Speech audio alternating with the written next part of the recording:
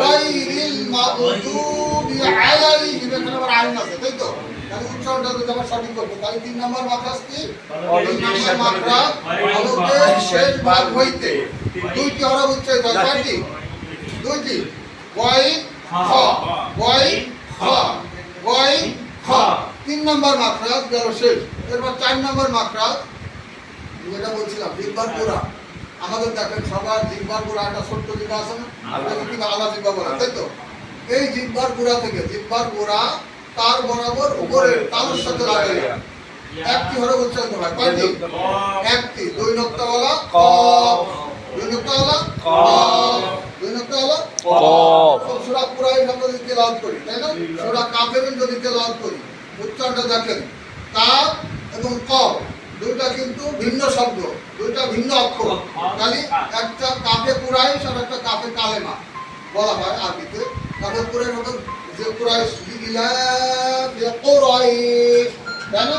এই কফটা কলকলা করতে হবে কি, এটা আবার অন্য শব্দে কলকলা।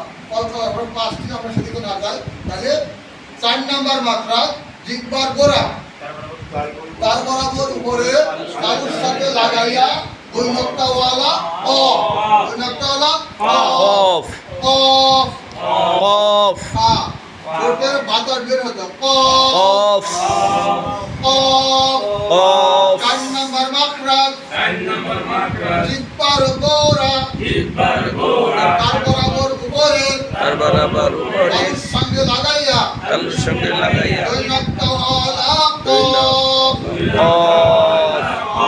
যেমন একটা উদাহরণ যদি দেই তাহলে সহজ হবে। কি হবে? লিইলাফি কুরাইশ, লিইলাফি কুরাইশ। আরেকটা সূরা আমরা ক্লাস করি না, কুল, কতটা কি? কুল হুয়াল্লাহু আহাদ, কুল হুয়াল্লাহু আহাদ। এখানে যদি আমরা কলকলা না করে যদি কুল হুয়াল্লাহু আহাদ বলি, কুল মানে বলো, বলা, বলো হে মুহাম্মদ আল্লাহের। কিন্তু যদি আমি এখানে কাফে কালেমা বলি, কুল হুয়াল্লাহু আহাদ, বলো হে মুহাম্মদ, খাও হে মুহাম্মদ আল্লাহের,